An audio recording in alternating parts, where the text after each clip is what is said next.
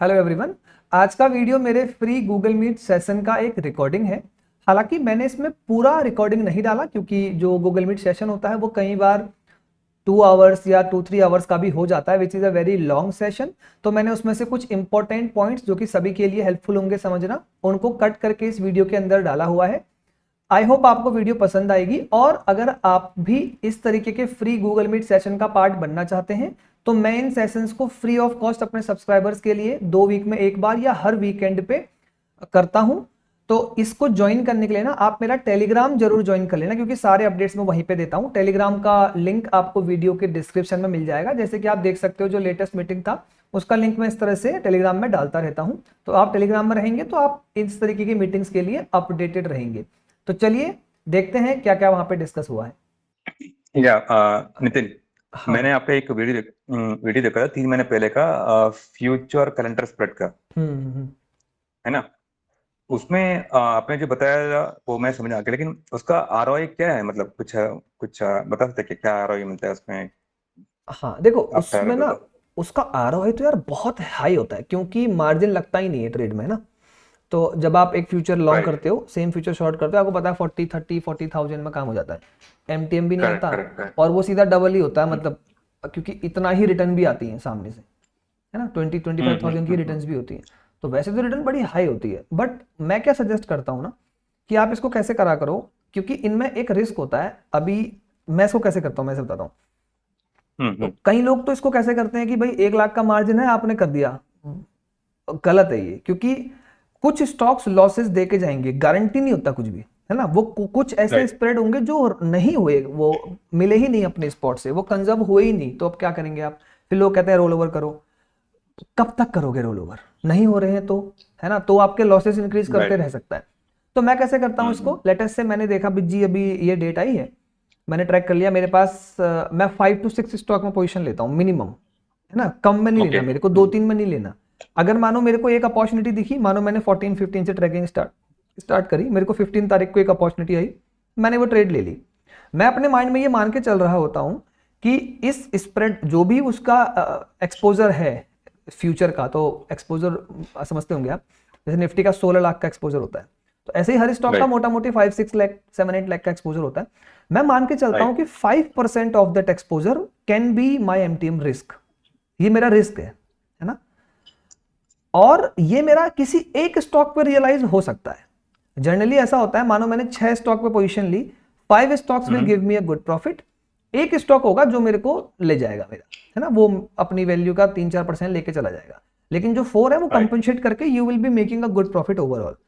But दिक्कत क्या होती है, ये मूव करते रहते हैं। तो कभी कभी हो सकता है 3 स्प्रेड नेगेटिव में जा रहे हैं, तो आपको एमटीएम थोड़ा दिखा, अब आप डरने लगे, ये सब करने लगे। तो इसके लिए सबसे बेस्ट मेथड ये है, स्टार्ट मेकिंग पोजीशन स्लोली। तो मानो मैंने 14-15 को देखा, मेरे को एक अपॉर्चुनिटी मिली, मैंने ट्रेड ले लिया। 17 को मेरे को अगली अपॉर्चुनिटी मिली, मैंने फिर ट्रेड ले लिया। 19 को मेरे को 2-3 अपॉर्चुनिटी मिली जो कि अच्छी है, और मेरा मानो 14 वाला ट्रेड अभी 10,000 रुपए दे रहा है, आई विल एग्जिट दैट। फिर मैं इन पे 3 अपॉर्चुनिटी ले लूंगा। मैं ट्राई करूंगा मेरे पास घूमता रहे पैसा, और 5 तो मिनिमम मेरी बास्केट पे रहे स्टॉक्स। और ये काम टिल एक्सपायरी तक इसी विंडो में चलता जाएगा, और एक्सपायरी तक जाएगा। मैं कोई भी स्टॉक पे स्टॉप लॉस नहीं ले रहा होता, तो किसी एक इंडिविजुअल पे मैं स्टॉप लॉस नहीं लेता, क्योंकि स्टॉप आपको पता ही नहीं ना क्या स्टॉप लॉस लोगे आप, वो तो स्प्रेड खींच रहा है राइट। बस। Right. What will be the stop loss? कुछ नहीं, तो मनी मैनेज करना पड़ेगा। तो अब आप सोचो, अगर मैं 5 स्टॉक करता हूं, हर स्टॉक की वैल्यू 6-7 लाख पकड़ लेते हैं, तो मोटा मोटी 4 लाख 40 लाख रुपए का एक्सपोजर पे आप खेल कर रहे हो। मैंने बोला 5% ऑफ दैट एक्सपोजर, 2 लाख रुपए आ गया, है ना। अब या। ये आपका पीक रिस्क है जो किसी भी पॉइंट पे रियलाइज हो सकता है, ये मैं अंदर से मान के चल रहा हूं। तो मैं कितना कैपिटल रखूंगा इसको ट्रेड करने के लिए? Minimum 10 lakh rupees, minimum. Okay. क्योंकि मैं 20 से ऊपर, ये मेरा अपना रूल है, मैं 20 से ऊपर किसी भी कंडीशन में अपने अकाउंट पे नहीं देखना चाहता, मेरे को रिस्क नहीं चाहिए वो वाला। तो मैं मिनिमम 10 लाख लेके चलूंगा, फिर मेरी श्रद्धा है जी मैं कितना ले जाऊं। अब जब मैं 10 लाख लेके जाता हूं, तो रियलिटी में क्या होता है, 5 स्टॉक्स कैसे काम करते हैं। 4 स्टॉक्स हैं जो आपको दे गए मानो 15 to 20,000, तो मैं लेता हूं 15,000 दे गए, 60,000 आपने बना लिया। और एक स्टॉक है जो आपका 30,000 लेके चला जाएगा, तो नेट आपके पास 30,000 के आसपास का आया। फिर आपने थोड़े चार्जेस एडजस्ट किए, 25,000 आपकी जेब में नेट रियलाइज्ड हुआ है, on a capital of 10 lakh rupees. तो 2.5% आपको मंथली मिला। जब आप इसको एनुअली लेके जाएंगे 30% के आसपास का होता है।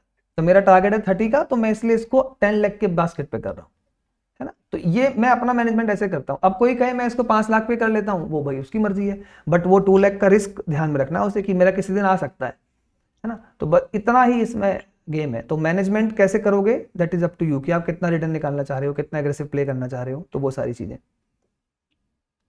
देखिए, some of the YouTubers, they are saying that this is one of the safest strategy which won't have any risk and all. So could you please explain more on the spread expansion and the risk? देखो इस पे एक सबसे बड़ी जो problem है ना इस स्प्रेड की, वो ये है, अभी मुझे पता है आप किनके बारे में बात कर रहे हैं, बहुत सारे मुझे डीएम भी करते हैं कि भाई वो है ना। प्रॉब्लम ये है ना कि वो ये बोल रहे हैं कि आप जी इतने बहुत ही कम कैपिटल, उन्होंने मुझे किसी ने डीएम भेजा था कि भाई ऐसा इस पे कर लूं क्या मैं, तो मैंने कहा ना जी, ये तो एक स्टॉक पे करने लायक नहीं है इतना कैपिटल पे, क्योंकि रिस्क है आपके सिर पे, राइट, है ना। अभी कुछ टाइम पहले there was a trade in Astral, मुझे डीएम आया था किसी पर्सन का, उनको काफी हैवी एमटीएम दिखा था अपने स्क्रीन पे, I guess 70-80,000 MTM in a lot दिख रहा था ना। तो आप सोचो ना वो कितना हैवी रिस्क है, और मार्जिन तो इतना, मार्जिन से दुगना तो एमटीएम दिख रहा है आपको स्क्रीन पे अपनी, है ना। तो अब इसके लिए हमें करना क्या होता है, इसमें एक बहुत बड़ा रिस्क होता है इस ट्रेड का, जो कि कोई नहीं समझता। वो रिस्क ये है, जब हम फ्यूचर कैलेंडर पर बनाते हैं, जैसे आपने वीडियो देखा होगा, तो मेरी एक एजम्पशन होती है कि फ्यूचर स्पॉट से जाके मिलेगा, assumption number 1, which is very true. ये 99.9% केसेस में होगा, बिकॉज अगर ये नहीं हुआ तो देयर आर आर्बिट्राजर्स जो कि इसको कैप्चर करके कर देंगे, है ना। तो ये होगा, okay done. Second assumption was कि जब एक्सपायरी होगी तो नेक्स्ट मंथ का जो फ्यूचर होता है वो इस प्रीमियम पे या इस डिस्काउंट पे ट्रेड करेगा। ये दो एजम्पशंस हम इनिशियली लेके चलते हैं हमारे रिसर्च में, कि ये दो चीजें हैं जो मैं कांस्टेंट लेके चल रहा हूं। स्पॉट करंट मंथ वाला एक्सपायरी फ्यूचर से मिलेगा, और जो नेक्स्ट फ्यूचर अब करंट मंथ का बनने जा रहा है वो 0.5% ऊपर या नीचे या जो भी है वो चलेगा। कितना चलेगा जी, 0.5 की 1 की क्या, मैंने हिस्टोरिकली पिछले 6 महीने का देख के मैं बता देता हूं, तो इतना चलेगा, ठीक है। रिस्क इज, ये जो मैंने सेकेंड टॉपिक बोला ना कि इतना चलेगा, दिस इज नेवर कांस्टेंट। ये कोई स्टॉक का हो सकता है अगले 6 महीने में 0.5 चल रहा था प्रीमियम पे, आपने ट्रेड ली, उसके बाद ये 0.5 डिस्काउंट पे मिल रहा है, ये पॉसिबिलिटी होती है ना। तो ऐसा हो सकता है क्योंकि फ्यूचर्स चेंज देयर बिहेवियर्स। अभी जैसे जो भी स्टॉक है, आरवीएनएल हो गया, एस्ट्रल हो गया, आप जाके इनको for a longer period of time देखना इनके फ्यूचर्स को, जो कि नेक्स्ट मंथ और स्पॉट पे क्या बिहेवियर है एक्सपायरी के दिन, है ना। तो मानो मई की एक्सपायरी हो रही है, तो यू नीड टू चेक कि जून का फ्यूचर उस दिन कितना प्रीमियम ने डिस्काउंट पे ट्रेड कर रहा था। आपका दिमाग खुल जाएगा, क्योंकि किसी मंथ वो डिस्काउंट पे दिखेगा, कभी वो प्रीमियम पे दिखेगा, कभी वो 1% प्रीमियम पे दिखेगा, कभी वो 0.5% डिस्काउंट पे दिखेगा। आप बोलेंगे यार ये हो क्या रहा है, इसमें तो कुछ कांस्टेंट ही नहीं है। तो फिर आप कैसे इसको बोल सकते हो कि ये 100% कंजर्व कर ही जाएगा, नहीं करता। इसीलिए मैं एक बास्केट ऑफ स्टॉक लेके चलता हूं, क्योंकि मुझे पता है जब मैं ये काम 10 स्टॉक पे करूंगा, 7 के साथ ये लागू रहेगा। 3 होंगे जो अपनी आनाकानी करेंगे तो मैं लॉस बुक कर लूंगा उन पे, लेकिन मैं 7 पे प्रॉफिटेबल रहूंगा। तो जब मैं सब मिला के देखूंगा तो मेरे को एक एक्स अमाउंट ऑफ परसेंटेज मिल जाएगा। तो ये जो एजम्पशंस मेरी इनिशियली होती है ना, वो गलत हो सकती हैं। इसीलिए हमें, अब मानो कोई डिस्काउंट पे चल रहा था और वो प्रीमियम पे आ गया है, और आपकी ट्रेड अपोजिट साइड से थे, तो लग गई ना भैया आपकी, तो क्योंकि अब वो हेविली वो, इसलिए मैं बोल रहा हूँ 5% ऑफ द स्प्रेड मैं मान के चल रहा हूँ कि मेरा लेके जा सकता है, क्योंकि उससे बड़ा नहीं खींचते स्प्रेड जनरली, उतना खींच सकते हैं। तो मानो नेगेटिव 1.5 पे चल रहा था, पॉजिटिव 1.5 पे आ गया, तो 3% का स्प्रेड खींच गया आपका, है ना। तो वो आपको एमटीएम पे दिखेगा हैवी लॉस। तो इसीलिए हमें यहाँ पे ये रिस्क जरूर समझना है। इसीलिए कुछ लोग हैं जो मुझे डीएम करते हैं कि मानो वी हैव 2 लाख कैपिटल, मैं इस स्टॉक पे अपॉर्चुनिटी है, कर लूं क्या? कर तो दो, बट गारंटी कुछ नहीं है कि वो स्टॉक कंजर्व हो ही जाएगा कि नहीं होगा, है ना। इसलिए बास्केट पे करना हमेशा बेटर रहता है कि एक एन नंबर ऑफ स्टॉक्स पे करो। तो सबसे पहले तो इसका सबसे अच्छा तरीका क्या है ना, अगर छोटा कैपिटल है, जस्ट डू रिसर्च। 2-4 महीने आप पेपर पे देखो पहले कि भाई ये स्टॉक में मिला, अब मैं करता तो क्या होता मेरे साथ, वो आपको बड़ा अच्छा समझा के जाएगा। तो 4 महीने में आप देखोगे एट द एंड आएगा प्रॉफिट, लेकिन जब आपको बीच में दिखेंगे ना बहुत बड़े बड़े एमटीएम्स आते हुए, तो आपको समझ में आएगा कितना कैपिटल रखना चाहिए था, कि मेरी क्या हालत हो सकती थी उस एमटीएम पे। तो ये मेरे साथ हुआ है कि 10 लाख के मार्जिन पे 1.8 लाख नेगेटिव तक भी गया हूं मैं एक बार इन स्प्रेड्स के साथ। वो एक्सपायरी से 2 दिन पहले, मतलब आप सोचो 2 दिन पहले एक्सपायरी के एमटीएम चल रहा है -1.8 लाख, एक्सपायरी के दिन वही एमटीएम पॉजिटिव 60,000 चल रहा है। इतना स्प्रेड खिंच जाते हैं राइट। नियर एक्सपायरी में, बहुत स्पीड से ये सब चीजें हो रही होती है नियर दी एक्सपायरी। तो इसलिए आपको कैपिटल बहुत संभाल के चलना पड़ता है, नहीं तो वो जीरो ही हो जाएगा कैपिटल फिर तो, अगर अगर बहुत छोटे पे कर दिया तो, है ना। तो ये इस पे रिस्क है। और एक और चीज इस पे बड़ी important which is tracking of stocks. तो डिविडेंड तो नहीं आ रहा, कोई बायबैक तो नहीं हो रहा, कोई कॉर्पोरेट अनाउंसमेंट्स तो नहीं है, ये बिल्कुल टिप्स पे होना चाहिए, है ना। तो मुझे किसी ने भी भेजा था विप्रो या का, विप्रो पे अपॉर्चुनिटी है करके किसी ने भेजा था। तो जनरली क्या होता है, विप्रो पे बायबैक अनाउंस हुआ है, विप्रो पे बायबैक होने वाला है। अब वो न्यूज में मानो मिल नहीं रहा है ऐसे देखने में, थोड़ा सर्च, क्योंकि ऐसे इवेंट में बायबैक नहीं दिखा रहा ना, बाद का इवेंट है, अभी से नहीं दिखा रहा। तो थोड़ा आपको सर्च करके देखना पड़ेगा, कुछ है तो नहीं जी कोई कॉर्पोरेट इवेंट, तो अनाउंस हुआ है, अब वो मार्केट एक्सपेक्ट कर रहा है कि उसमें होगा, तो वो फ्यूचर्स आपको ऑलरेडी डिस्काउंट पे दिख रहे हैं। जनरली क्या होता है, जो ये टॉप कंपनीज है ना, सेंसेक्स टॉप 30 वाली, ये जो बिल्कुल अल्ट्रा मार्केट कैप वाली, इनमें ये नहीं बनता फ्यूचर कैलेंडर स्प्लिट, जनरली नहीं बनता, बहुत rarest of the rare case में बनेगा। तो इन पे अगर बन रहा है तो चेक करो, पक्का 90% चांस है कोई ना कोई इवेंट ट्रिगर होने वाला होगा, है ना। राइट ये राइट जनरली राइट बनेगा ही राइट। ऐसे ओके। स्टॉक में जिनका पता ही नहीं, बाटा इंडिया, बाटा में बनता था पहले काफी, अब तो शायद बाटा बाहर हो गया, पता नहीं फ्यूचर्स के। तो बाटा में बनता था, आरबीएनएल में बनता है, जो ये जो जो ऐसे ना जिनका इतना कुछ पता नहीं, आइडिया में भी बीच में एक आध बार बनने लगा था, अब नहीं बनता जी। जहां जितनी लिक्विडिटी, जहां जितना फोकस, जितनी बड़ी मार्केट कैप, वहां नहीं बनेगा। जितना स्टॉक वॉलेटाइल, जितना हल्का फुल्का, उसमें बनना लगेगा, ये चीज होती है। Okay okay. हम्म। नहीं जी, आज मेरे यहाँ से बहुत कम लोग आए हुए ऑनलाइन। हाँ, मैंने काफी टाइम बाद किया ना आज, आ, बीच में पिछले मैं, हफ्ते नहीं किया था क्या आपने? नहीं। नहीं मैंने शायद लास्ट 2 वीक से नहीं किया है, मैं थोड़ा बिजी हो गया अच्छा था। अच्छा। ये इन्हीं सब में हो गया था एक्चुअली, ये जो वो रूल चेंज हुए थे ना स्टैटिक आईपी वगैरह वाले, तो उसमें भी, उसमें बहुत सारे अब वो है ना, कुछ कुछ बग्स आते हैं आपको कुछ समय बाद, तो फिर आप सही करो, ये सब चीज़ें करो, तो वो थोड़ा प्रॉब्लम हो रहा है अभी। हम्म। बट अब मोस्टली है, अब सही है, या। अभी थोड़ा टाइम है वापस से, बीच में थोड़ा मैं बिजी ज़्यादा हो गया था। हम्म। Nitin bhai, I हाँ भाई have जी। questions regarding your latest video, hmm. but I don't want to go to that if others have questions regarding this topic. So we'll just give them 20-30 seconds. हाँ okay.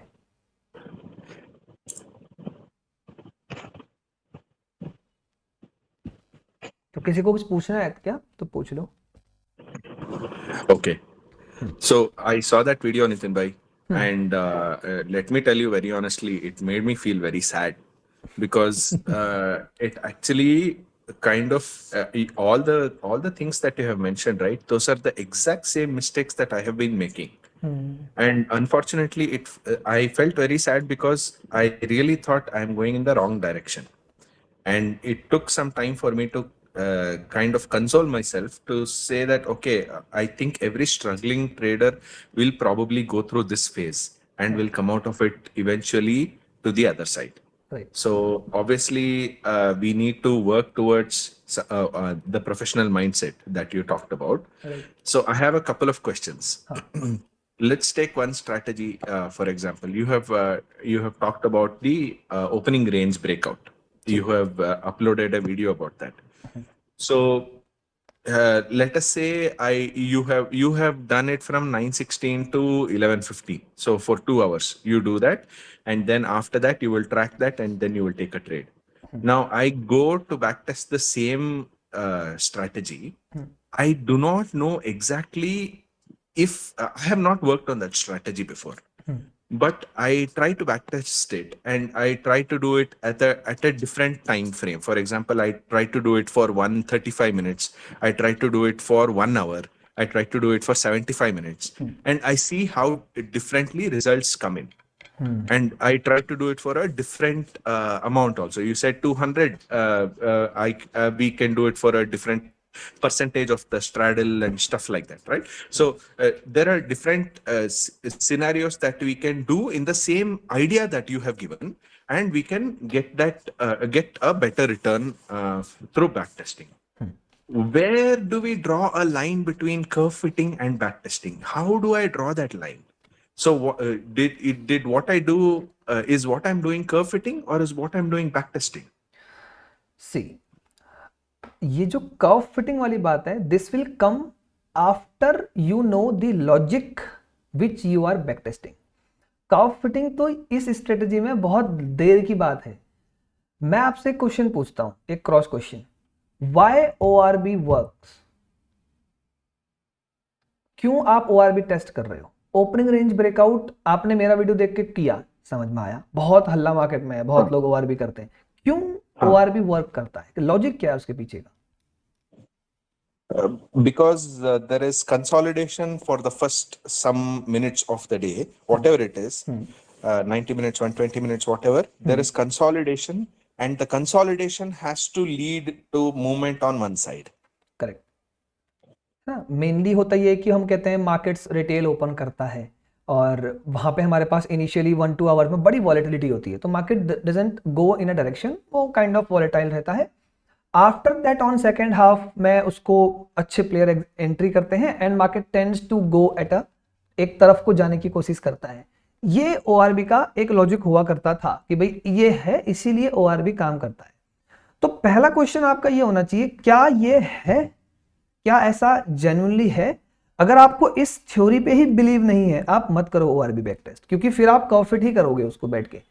क्योंकि when you change times, when you change the stop loss level, तो आपके mind में ये नहीं है कि क्या वो लॉजिक जो मेरा था वो सही है, ये नहीं है। आपके माइंड में ये है कि यार परफेक्ट कहाँ है ये, where is the perfection in this, certain कहाँ होगा ये चीज, अच्छा प्रॉफिट किस सेटिंग्स पे मिलेगा मेरे को। इस चीज के लिए अगर आप सोचने जा रहे हैं ना, तो प्रॉब्लम है, क्योंकि ये आप कर्व फिट की तरफ बढ़ रहे हो। कर्व फिट तब हो जाएगा फिर जब आप इसमें मल्टीपल चीजें कर दो कि उतने टाइम पे फिर काट दूं, फिर 11 बजे से 12 बजे का ले लूं, फिर काट दूं, फिर इतने बजे से 5-6 आपने ORB स्टार्ट कर दिए, बिल्कुल ही बहुत ही मैथमेटिकली बहुत हार्ड तरीके से घुस गए आप, तो वो बिल्कुल क्लीन कर्व फिट मॉडल हो जाएगा, स्ट्रेट इक्विटी कर्व पे बना दोगे आप, है ना।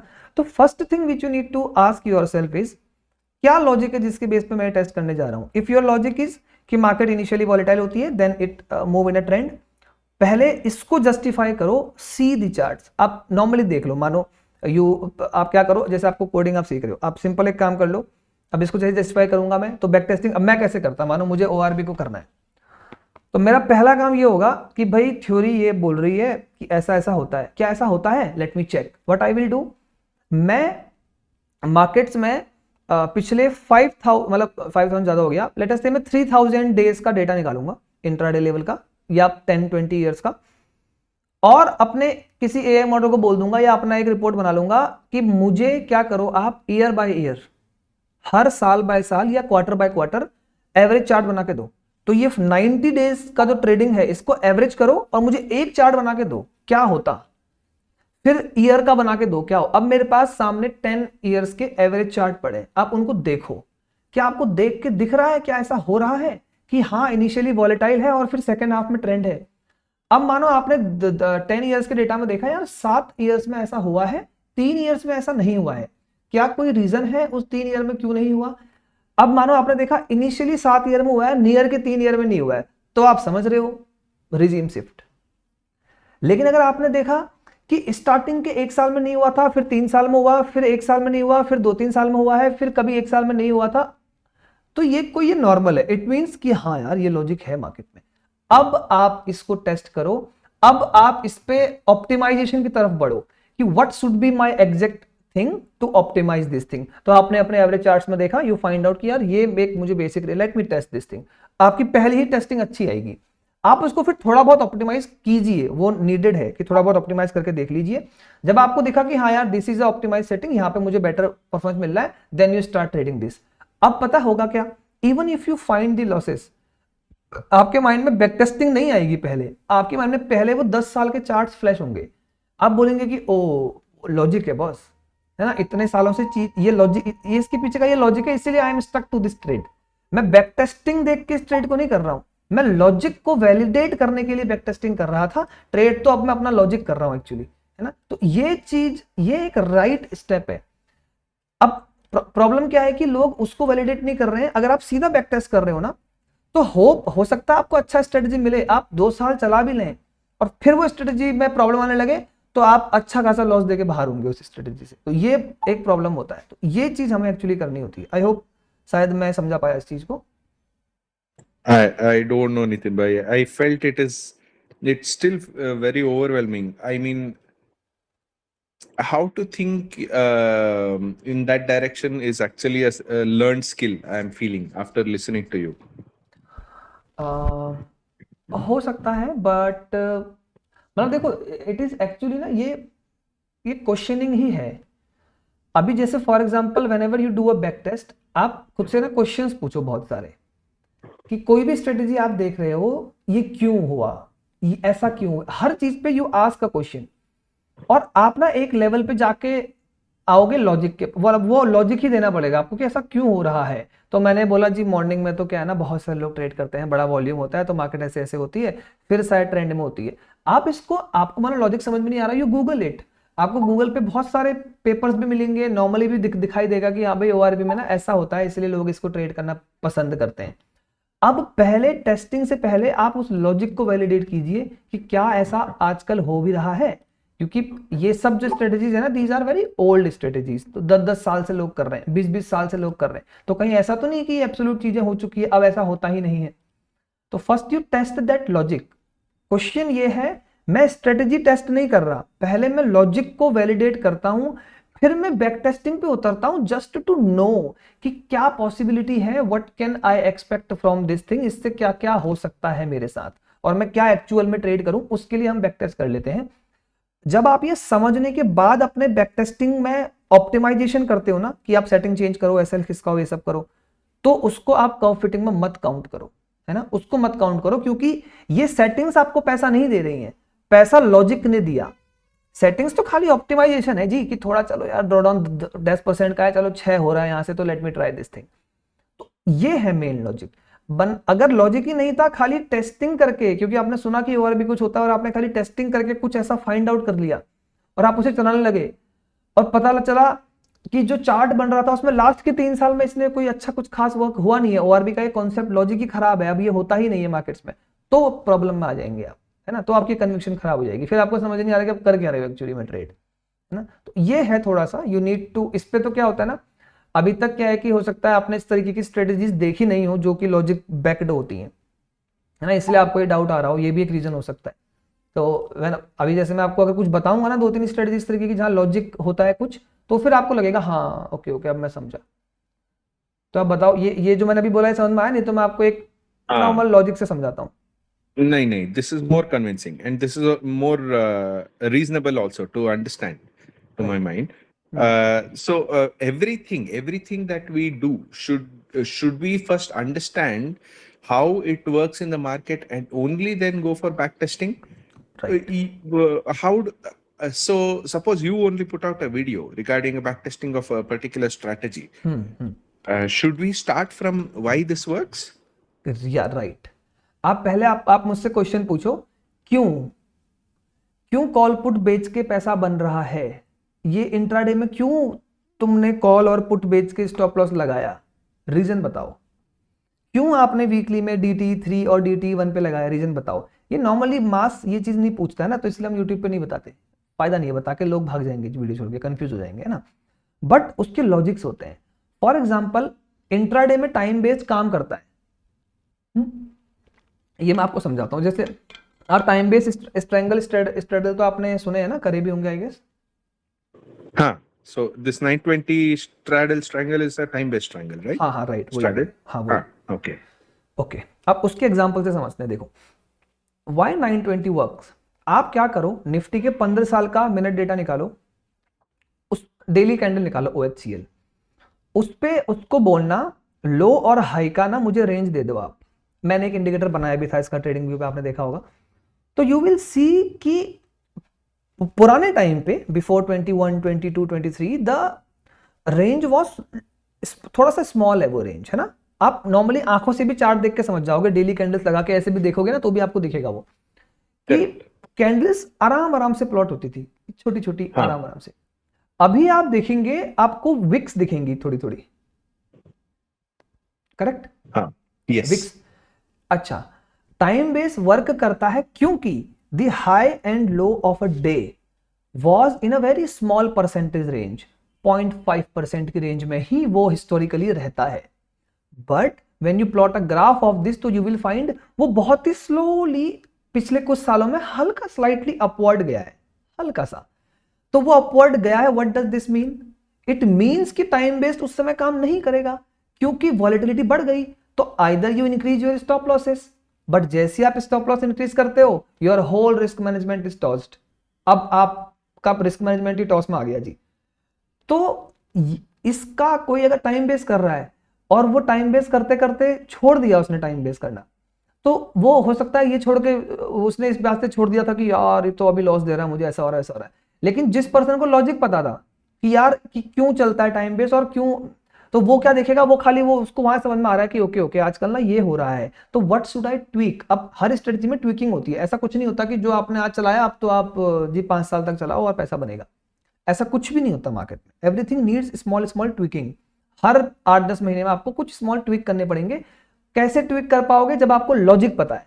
अब मानो मैंने लॉजिक देखा, मुझे देखा 2023-24 में यार ये सडनली थोड़ा सा ना इट इज कमिंग अपवर्ड्स, मेरे को स्टॉप लॉसेस वाइड करने पड़ेंगे बॉस। मैं पहले एट द मनी करता था, जब मैंने देखा वो स्प्रेड ऊपर जा रहे हैं। अब आप मुझसे बहुत लोग पूछते हैं 20 का प्रीमियम क्यों बेचते हो, रीजन बता रहा हूं। पहले मैं एट द मनी बेचता था, when I see that spread moving upwards, मेरे को समझ में आ रहा है कि मुझे स्टॉप लॉस बड़े करने पड़ेंगे, बट मैं नहीं कर सकता। क्यों? रिस्क मैनेजमेंट खराब हो जाएगा। तो let What me is meant move, by spread moving upwards? जैसे कि stop loss moving upward, sorry मैंने स्प्रेड बोल दिया होगा वर्ड। Okay. हाँ, तो अगर मार्केट में वॉलेटिलिटी बढ़ रही है तो how do I digest that in my strategies? मैं अपने स्टॉप लॉस जो कि 25-30% के हैं बढ़ा के जी 50-60% कर देता हूं, यही एक तरीका है। बट वो मेरा रिस्क मैनेजमेंट खराब कर रहा है ना, और मेरे को ज्यादा लॉसेस दे रहा है क्योंकि ऑप्शंस स्पाइक हो रहे हैं। अब मेरे पास सॉल्यूशन ये है कि एक काम करो, मूव फार अवे। क्योंकि देखो मैं किसी स्ट्रेटेजी को छोड़ नहीं सकता, क्या पता वो लॉजिक वापस से नीचे आके फिर से वहीं आ जाए, या वो धीरे धीरे क्या पता बढ़ता ही रहे। तो अब मुझे टेस्टिंग करनी है, वॉटर मुझे टेस्ट करना है कि यार ये लॉजिक तो खराब नहीं हो रहा है कहीं मार्केट का। तो let me do one thing, मैं स्टॉप लॉस बड़ा करता हूं। फिर मेरे को डाउट आया, नहीं स्टॉप लॉस बड़ा करके तो इसमें प्रॉब्लम हो जाएगा। फिर मैंने कहा okay let me do one thing, मैं स्ट्राइक दूर करता हूं ना, मैं एट द मनी बेचता ही नहीं हूं ना जहां इतना मुझे प्रॉब्लम हो रहा है। Okay let me move away. तो मैं पहले 30 रुपीज के प्रीमियम पे जाना मैंने स्टार्ट किया, मैंने वहां पे ट्रेड किया, मेरा पैसा बनने लगा, थोड़ा बन रहा है। इस पूरे दौरान पैसा आपका बनेगा, टूटेगा कुछ नहीं, बट उसकी वो रिटर्न्स कम होने लगेंगे धीरे धीरे। अब आप देखोगे यार ये स्प्रेड तो और ऊपर जा रहा है यार। अब आपको 30-40 के प्रीमियम पे प्रॉब्लम हो रही है, अगेन आई मूव्ड 20 रुपीज का प्रीमियम। ओके मैं फिर करने लगा, देन आई सी कि वो नीचे नहीं आ रहा, वो धीरे धीरे ऊपर ही जा रहा है वो कर्व, हर 3 क्वार्टर में, है ना। तो मेरे को समझ में आ रहा है कि यार कुछ तो करना पड़ेगा, लेट मी और दूर जाओ, 10 का प्रीमियम बेचो, 5 का प्रीमियम बेचो। अब आप एक लेवल पे बोलोगे कि अब प्रीमियम नहीं बचा, आप क्या बेचूं, और स्प्रेड बढ़ ही रहा है, छोड़ दो स्ट्रेटेजी। अब शायद आपको लॉजिक ही क्योंकि अब वो लॉजिक ही वैलिडेट नहीं कर रहा। Now you find something new. अब इस स्ट्रेटेजी पे बैठ के मैं वो रिटर्न नहीं बना सकता जो मैं आज तक इस स्ट्रेटेजी से बना के आ रहा था। Now I need to think something new. अब रिजीम शिफ्ट है, what should I do now.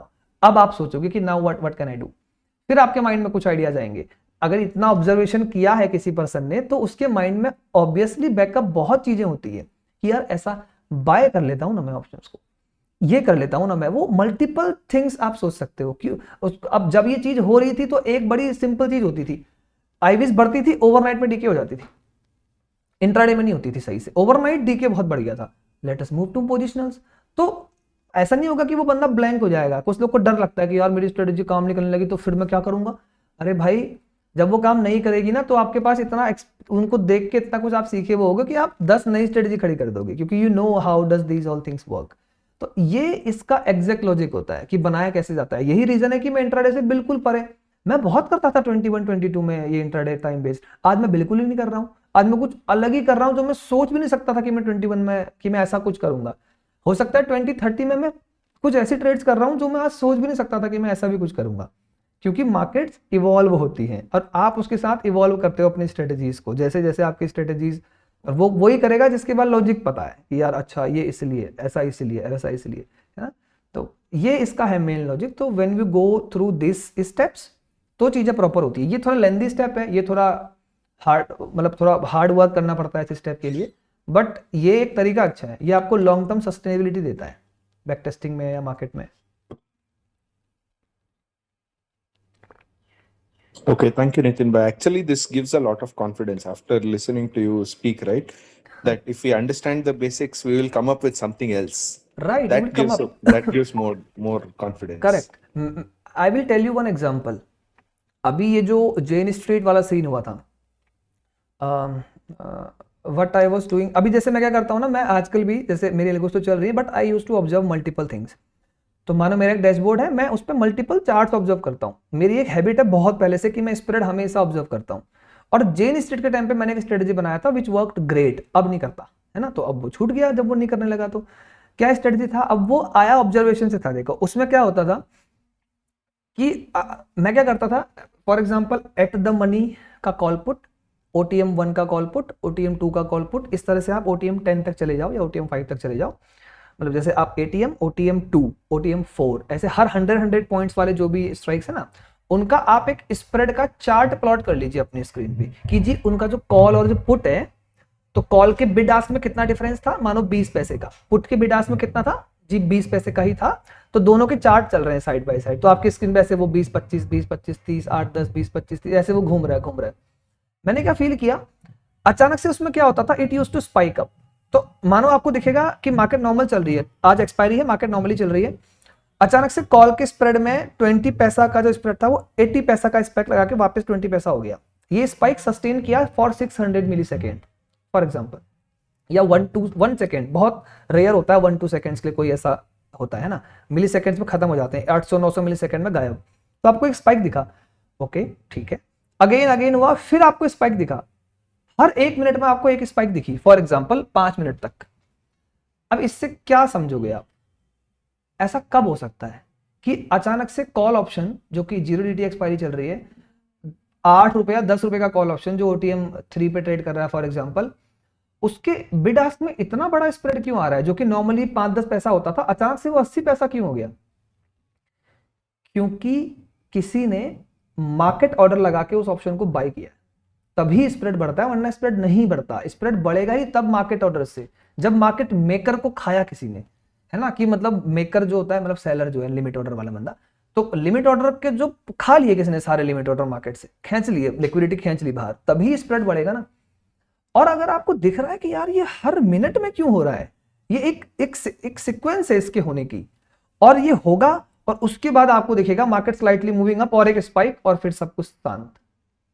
तो इसका मतलब समवन मेड अ पोजीशन। अब ये बहुत सिंपल ऑब्जर्वेशन है, बट आप इसको पहले दिन देख के नहीं जज कर पाओगे, 2 महीने तो आपको समझने में लगेगा इसको, क्योंकि वो स्प्रेड बड़े रैंडम होते हैं। कभी आपको मॉर्निंग में बहुत बनते हैं, आप कंफ्यूज हो जाओगे कहीं मॉर्निंग में तो नहीं हो रहा कुछ, फिर मैंने इसको 1.5-2 महीने ऑब्जर्व किया, तब जाके मेरे को लगा कि यार ये ना, जो ये 12 बजे के आसपास जो ये मिड ऑफ द मार्केट बनता है, 11 से 2 के बीच में जो स्पाइक्स स्प्रेड्स में दिख रही हैं, वो भी ठीक है। और ज्यादा गुड स्पाइक्स वो है कि अगर मानो मार्केट बहुत शांत है, मार्केट में सुबह से कोई कुछ नहीं हो रहा है, कोई स्पाइक नहीं हो रही है, फिर आपको 2 बजे के आसपास फटाफट बहुत सारी स्पाइक दिखी, अब चांसेस ज्यादा होते हैं। अब मैंने इस पे ट्रेड लेना स्टार्ट किया। अब इस पे कोई बैक टेस्टिंग करूंगा, मैं कर ही नहीं सकते आप इस पे बैक टेस्टिंग, ये बस एक लॉजिक है कि मैंने ये ऑब्जर्वेशन करी अगले 1.5-2 महीने में कि यार ऐसा हो रहा है कि एक वो होता है और फिर मार्केट मूव करती है, और माइंड में भी मेरे को पता है हाँ यार ये स्प्रेड आएगा ही तब जब कोई मार्केट ऑर्डर लगा रहा है। तो हो सकता है कोई बड़ी एंटिटी मार्केट ऑर्डर लगा रही है और चाहती है उसको ऊपर स्क्वायर ऑफ करना, मैं भी घुस जाता हूँ, चलो तो आप भी उसमें एक अपना छोटा सा भाई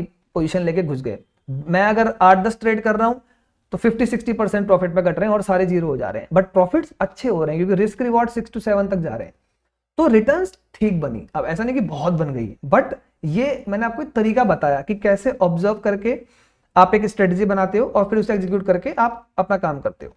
कुछ ऐसी होती है जहां पे आप डायरेक्टली कर लेते हो जैसे कि ये, कुछ ऐसी होती है जहां पे आप सोचते हो कि यार क्यों ना इसको मैं टेस्ट करके भी देखूं एक बार हिस्टोरिकली कि क्या ऐसा होता था, क्योंकि हमारे पास स्प्रेड्स का इतना डेटा नहीं होता और ये काफी न्यू ऑब्जर्वेशन है, ये पहले नहीं हो रही है, तो आप क्या बैक टेस्ट करोगे इस पे, है ना। तो इस तरह से आपको करना होता है एक्चुअली, जो कहते हैं ना लोग कि मुझे मार्केट में एक्सपीरियंस है, आपने देखा है मार्केट को, तो वो ये जो मैंने वीडियो में ही बोला था, तो ये सब चीजों को देखना जरूरी होता है। आप स्प्रेड देखो, आप कुछ भी देखो ना यार, जो आपको अच्छा लगता है वो देखो, जो चीज आप समझते हो। मुझे स्प्रेड से लगाव है एक काफी, मुझे स्प्रेड बहुत अच्छे लगते हैं, मतलब मुझे समझ में आते हैं वो, तो मैं उनको ज्यादा देखता हूँ। कोई होगा जिसको हो सकता है ओआई बहुत समझ में आता हो, वो ओआई देखेगा। कोई हो सकता है जिसको वॉल्यूम्स बहुत समझ में आते हो, वो वॉल्यूम्स के ही पीछे लग के पूरा वॉल्यूम को समझेगा और वो उसके बेस पे अपने लिए कुछ डिजाइन करेगा। तो इस तरह से आपको करना होता है एक्चुअली, है ना। तो स्टेप्स ये हैं एक्चुअली घुसने के अंदर मार्केट्स के, कि स्ट्रेटेजी बनाने के, है ना। ये होते हैं वो लॉजिक्स जो मैं बात कर रहा था कि आप लॉजिक बनाओ, कुछ टेस्ट करो, ये सब। सर स्प्रेड मीन्स कोई डिफरेंट स्ट्राइक के चार्ट या फिर सेम स्ट्राइक के कॉल पुट का चार्ट या फिर बीड आस्क का डिफरेंस? स्प्रेड का मतलब है उस स्ट्राइक का कॉल और पुट के बीच का डिफरेंस, है ना। तो लेट अस से मार्केट चल रहा है 24,470, तो इसका एट द मनी क्या हो गया 24,450।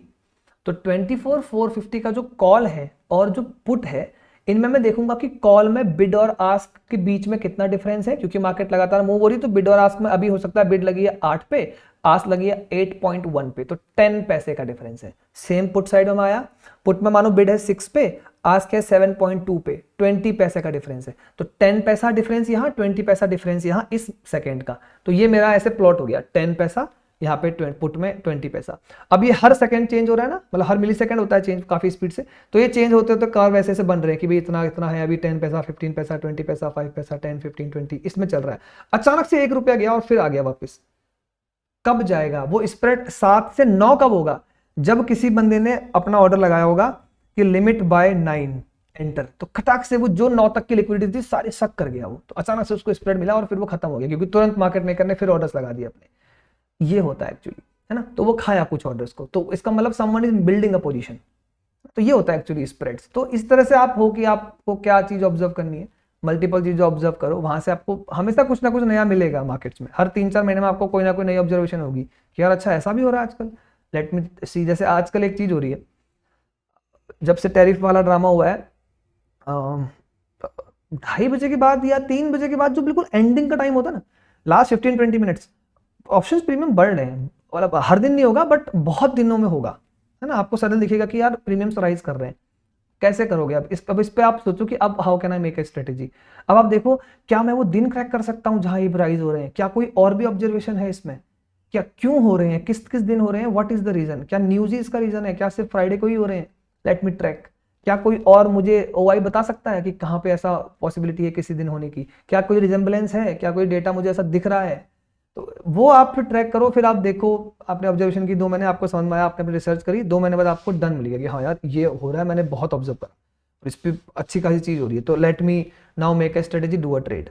अगर वो बैक टेस्टेड हो सकती है तो कर लो, वरना नीड नहीं होती बैक टेस्टिंग की इतना, है ना। मैं जो स्ट्रेटेजीज करता हूँ बहुत डायरेक्शनल वगैरह में बैक टेस्टिंग की नीड होती है। इस टाइप की स्ट्रेटेजी में जहाँ एग्जीक्यूशन ही मेन चीज है, उसमें आपको बैक टेस्टिंग की भी नीड नहीं पड़ती, क्योंकि अब आपने ऑब्जर्वेशन है वो आपकी, है ना, ऐसा हो रहा है मार्केट्स में तो आप कर रहे हो, वो रिस्क मैनेजमेंट करो और कर जाओ। आपकी वो थी ना non directional weekly option selling, fully hedged strategy थी, तो हाँ हाँ हेजिंग भी किया। हाँ हाँ हाँ तो आपने उसमें क्या किया था कि सी एन पी आप शॉर्ट करते थे 70 रुपए वाले, हाँ 30 पॉइंट का स्टॉप लॉस था, और उसमें री एंट्री भी लेते थे आप सेम कॉस्ट पे, हाँ राइट, हाँ सिंगल टाइम। हाँ हाँ और एंट्री लेनी है 3 DTA पे हाँ और एग्जिट करना है 1 DTA पे। हाँ राइट।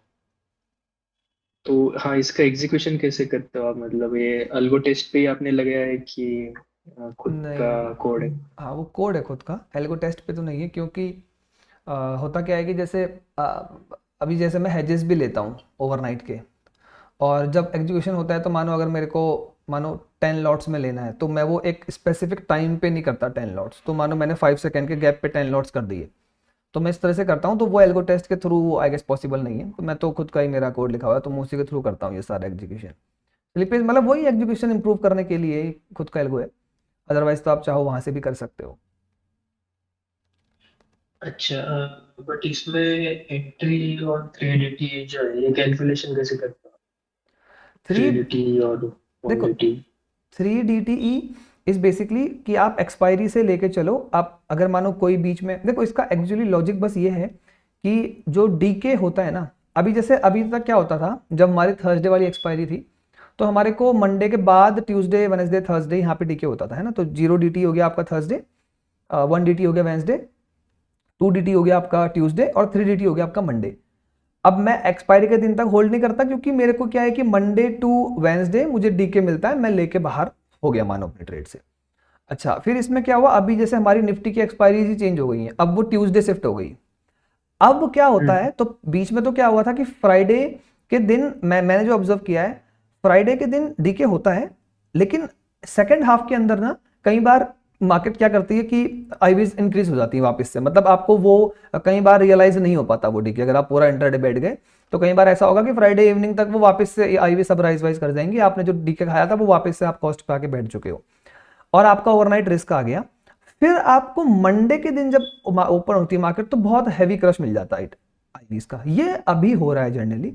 बट अभी तो चलो न्यूज वाला मार्केट चला, बट जैसे बीच में एक टाइम था ना जब इतना कुछ नहीं था, सब कुछ नॉर्मल चल रहा था, तो उस टाइम पे फ्राइडे को भी प्रॉपर डीके हो रहा था, तो कोई वो उसमें कोई बहुत बड़ा हैवी शिफ्ट तो मैंने नहीं देखा।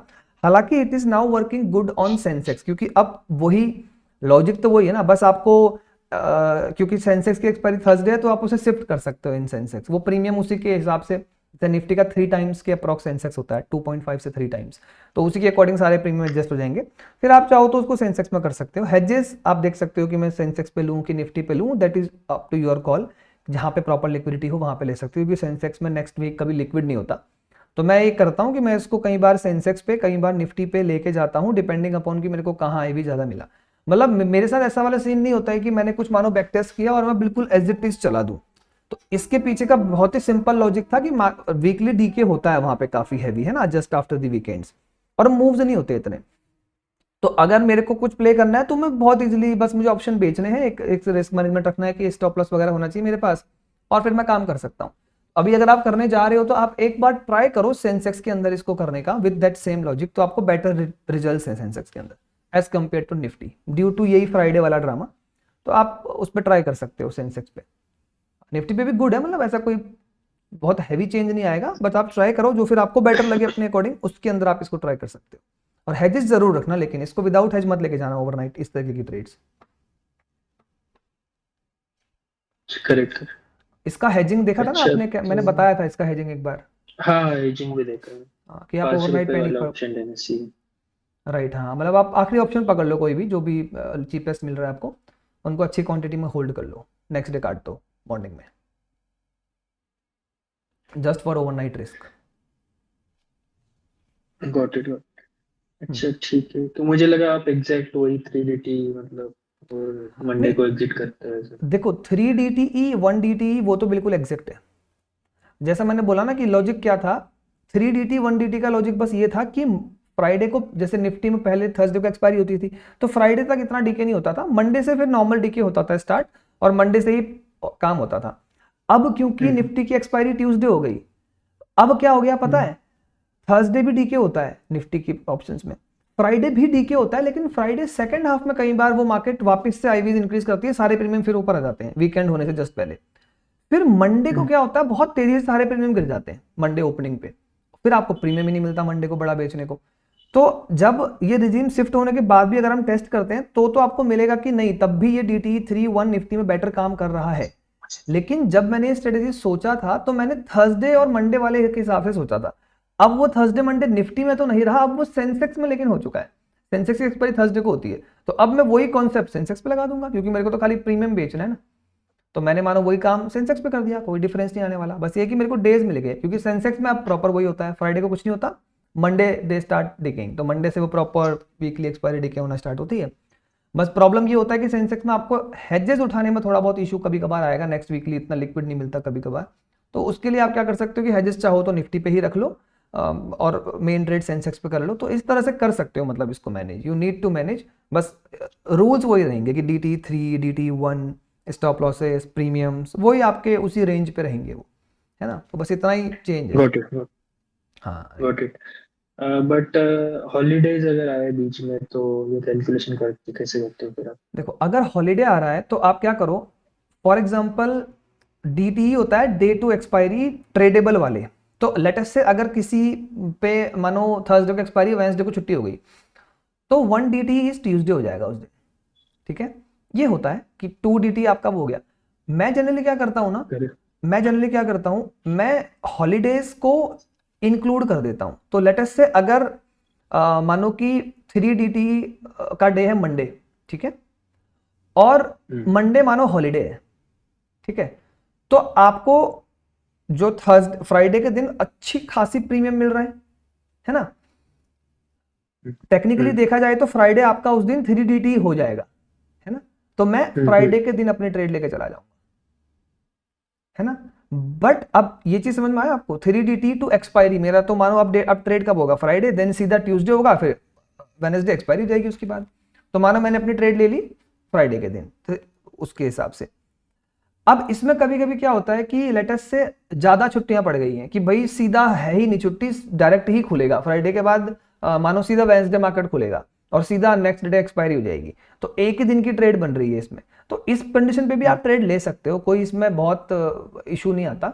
आप इंक्लूड कर लो उनको, जैसे नॉर्मली किया जाता है कि भाई जो हॉलीडे है उसको आप मान लो कि भैया ये मेरी डीटी में इंक्लूड होता है, देखी जाएगी, इसको मैं कर लूंगा बस, क्योंकि इससे ना इतना बड़ा कोई इम्पैक्ट नहीं आता। मतलब अगर आप इसको टेस्टिंग पे भी डालोगे ना, तो वो कुछ फ्यू डेज होते हैं जहाँ पे ऐसा होता है, तो वो बहुत बड़ा इम्पैक्ट नहीं करते। लॉन्गर टर्म में आपको हॉलीडेज फायदा ही देके जाते हैं। जब आप लॉन्ग हॉलीडेज को टेस्ट करोगे तो वो आपको बेनिफिट ही देके जाएंगे, क्योंकि वहां पे क्या होता है, कुछ इवेंट हुआ नहीं होता है, तो डीके प्रीमियम बड़े मिल रहे होते हैं और नेक्स्ट टाइम आपका डीके काफी हैवी हो जाता है, तो ये देते आपको प्रॉफिटेबल ही है। तो ट्राई करो फिर अर्ली एग्जीक्यूट करने का, है ना, तो जितना अर्ली वो आएगा उतना बेटर है। हाँ, ऐसा नहीं करना है कि थर्सडे ही कर दिया, वो सब नहीं करना है ना, उतना अर्ली मत चले जाना। मानो बहुत सारी छुट्टियां और आपने थर्सडे को ही एग्जीक्यूट कर दिया, तो वो नहीं करना है बस, है ना। अच्छा, और मल्टीपल समझ हॉलीडेज गए। हो तो थोड़ा सा आप डिस्क्रिप्शन ले सकते हो कि मानो भाई एक के दिन के बाद सीधा ही है, अभी जैसे अभी का टाइम है, तो इस टाइम पे यू कैन, हाँ आप थोड़ा डिस्क्रिप्शन पे जा सकते हो, या फिर आप हेजेस अपने टाइट कर सकते हो। तो मैं जनरली क्या करता हूँ, मैं स्ट्रेटेजी को तो नहीं छेड़ता, हेजेस मेरे डिस्क्रिप्शन होते हैं, मैं हेजेस के साथ प्ले करता हूँ। तो जैसे अभी मैं पिछले, मेरे को 2 वीक हो गए, मैं हेजेस बड़ी क्वांटिटी में लेके चल रहा हूँ, है ना। वो इसीलिए लेके चल रहा हूँ क्योंकि मेरे को अब ऐसा एक्सपेक्टेशन है कि कोई तो दिन होगा फिर से बड़ी न्यूज का, अब होगा ना, या तो फिर से वॉर हो जाएगी या तो वॉर खत्म हो जाएगी, एक चीज होने वाली है। अब वो होगी अगले 1 महीने में किसी ना किसी दिन, जिस दिन होगी उस दिन आपको गैप मिलेगा, जैसे अभी पॉसिबिलिटी हो रही है। तो मानो मंडे गैप मिल गया, तो मैं हेजेस थोड़े से 3x वैल्यूज पे लेके चल रहा हूँ, 3x 4x इस इन वैल्यूज पे, तो उनके साथ आप थोड़ा प्ले कर सकते हो, है ना। Got it, got. हम्म। ठीक है, मतलब फिर हॉलीडे को कंसिडर वैसे तो नहीं करता हूँ मैं भी। फिर डायरेक्टली निफ्टी के केस में थर्सडे को ही एंट्री और मंडे को एग्जिट कर सकते हैं ना। हाँ, निफ्टी के केस में ऐसा कर सकते हो आप, क्योंकि डीके होता है वहां पे, तो दिक्कत नहीं आती। तो थर्सडे फ्राइडे मंडे तो मिलेगा आपको प्रॉपर, कोई इशू नहीं होगा उसमें। और सेंसेक्स के केस में वो अभी ईजी हो गया है ज़्यादा, कि आपने जी ली मंडे, वेंसडे काट दिया, तो वही चीज़। Okay okay. तो सेंसेक्स में अच्छा चलता है क्या आपके अकॉर्डिंग? हाँ यार, एक्चुअली मैंने ऐसा ऑब्जर्व किया है, मैं जैसे सेंसेक्स पे भी कर रहा हूँ, तो ज़्यादा रिटर्न सेंसेक्स के आ रहे हैं। उसका रीज़न मेरे ख्याल से ये भी है, नंबर 1, सेंसेक्स के अंदर आईवीज ज़्यादा है कंपेयर टू निफ्टी, प्रीमियम थोड़े से ज़्यादा मिलते हैं।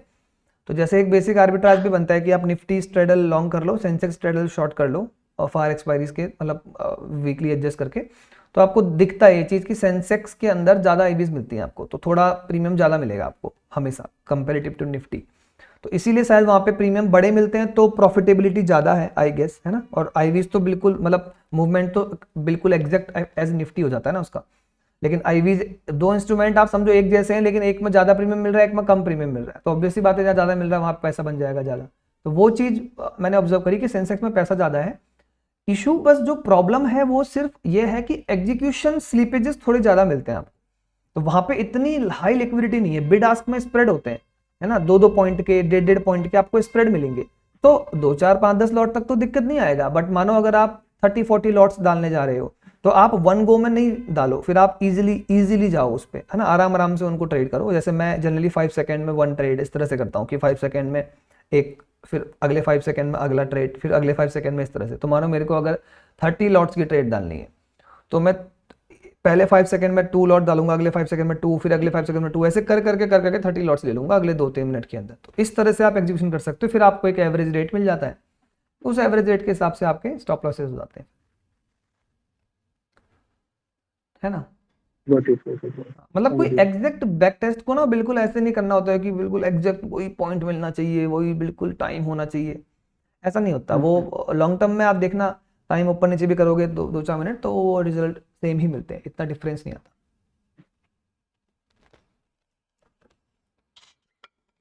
समझ गया।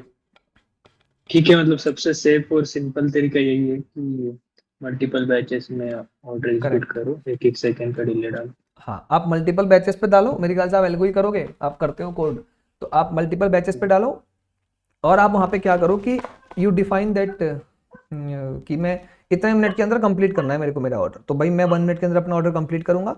3 लॉट पर 5 सेकंड डाल दो भले आप, और मार्केट प्रोटेक्शन के साथ डालो, मतलब लिमिट ऑर्डर अब तो अलाउड नहीं है मार्केट ऑर्डर, तो आप लिमिट डालो भले 1 पॉइंट नीचे रख के, बट डालते जाओ, तो उसमें होगा कि your execution will be guaranteed. और क्योंकि एग्जीक्यूशन स्लोली हो रहा है तो बड़ा स्लीपेज नहीं होगा कहीं भी, नॉर्मली आपका पूरा काम चल जाएगा। ठीक है, ओके ओके गॉट। हाँ राइट, थैंक यू वेलकम भाई। हेलो, आवाज आ रही है आपको? हाँ भाई आ रही है। हाँ, मैं ये कह रहा हूँ जैसे अपने पास में जो इन्वेस्टमेंट है उनका जो कोलेटरल मार्जिन होता है, तो उससे हम लगभग 12 या 15% कन्विक्शन के साथ कुछ ऐसा कमा सकते हैं, क्योंकि आप तो बहुत सारी स्टडी हैंडल करते हो, तो कुछ स्टडीज ऐसी आती हैं कि जिसमें ये हो जाता है कि हाँ 10 to 15% तो इसमें आ जाएगा विद मतलब छोटे ड्रॉडाउन के साथ में। तो कुछ ऐसा मुझे सजेस्ट करने जिससे कि थोड़ा वो भी देख ले।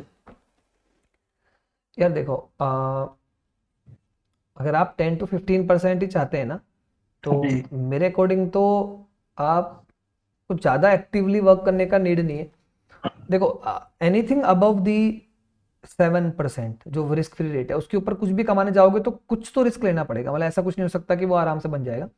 तो आप कर क्या सकते हो, या तो आप एक बहुत बेसिक काम कर लो, बहुत सारे कॉर्पोरेट बॉन्ड्स होते हैं, आप उन पे इन्वेस्ट कर सकते हो, उन पे भी पैसा, जी। मतलब उन पे क्या होता है थोड़ा ज्यादा मिलता है। जैसे मानो इफ गवर्नमेंट बॉन्ड आपको 7% दे रहा है, हो सकता है कोई कॉर्पोरेट बॉन्ड हो, वो थोड़े से रिस्की होते हैं क्योंकि एक कॉर्पोरेट के ऊपर आप पैसा लगा रहे हैं, गवर्नमेंट के ऊपर नहीं। तो गवर्नमेंट बॉन्ड में क्या होता है, आप गवर्नमेंट को लोन देते हो। कॉर्पोरेट बॉन्ड जी। में होता है कि आप एक प्राइवेट कंपनी को लोन दे रहे हैं जिसके डिफॉल्ट के चांसेस बहुत कम हैं, लेकिन 1% है कि भाई अगर कर गई तो फिर वो आपका पैसा थोड़ा फंस सकता है, आप पूरा पैसा जा भी सकता है। वही बात कि अगर गवर्नमेंट डिफॉल्ट कर गई या मानो देश ही खत्म हो गया तो आपका गवर्नमेंट बॉन्ड का पैसा भी खराब हो जाएगा, सारा एफडी वहीं का वहीं रह जाएगा। वही रिस्क वहां पे कंपनी के ऊपर होता है। आप कॉर्पोरेट बॉन्ड्स पे कर सकते हो, कॉर्पोरेट के आप स्मॉल कैप वगैरह ये इस तरीके के म्यूचुअल फंड्स होते हैं कुछ, उन पे भी ट्राई कर सकते हो। थोड़ा सा रिस्की इक्विटी एसेट्स के अंदर आप पैसा डिवाइड करके रख सकते हो अपना, फिर आप उसको प्लेज करो, और प्लेज करने के बाद तो आप कुछ नहीं करो, खाली कॉल्स के ना बहुत आराम से लीप ऑप्शंस में स्प्रेड बना लो। तो फॉर एग्जांपल अगर आपके पास निफ्टी भी है या आपने मिड कैप भी लिए हुए हैं या ऐसा कुछ लिया हुआ है, आप उसके अगेंस्ट निफ्टी के ऊपर जाओ लीप ऑप्शंस के, एट द मनी कॉल के या थोड़े ओटीएम कॉल के स्प्रेड्स बना दो, है ना। तो एक कॉल बेचो एक खरीदो, मैंने वीडियो बनाया है इस पे लो कैपिटल कवर्ड कॉल करके, तो आप थोड़ा देखना, आप उसको लीप ऑप्शंस में बना दो। वो हो सकता है आपको 2% 3% एनुअलाइज्ड दे के जाएगा, और हो सकता है भाई आपने अगर 10-11% का भी मार्केट अच्छा रहा यहाँ बन गया तो you are making good money, तो आपको इसके लिए ज्यादा कुछ नहीं करना है। बट अगर आप मैं आपको इंट्राडे बोल दूं या ऐसा कुछ बोल दूं जहां डेली होना है तो वो तो रिस्की हो जाएगा, क्योंकि उसमें क्या होता है आपको डेली मॉनिटर करना है। 1-2 दिन भी अगर आपके कभी मॉनिटरेशन में प्रॉब्लम हो गई तो आपका अच्छा खासा प्रॉफिट गायब हो सकता है। तो इसलिए कम एक्सपेक्टेशन अगर आपकी है तो मेरे ख्याल से ये रूट ज्यादा बेटर होते हैं कि सीधा इन्वेस्टमेंट्स करो जी, ज्यादा ना सोचो।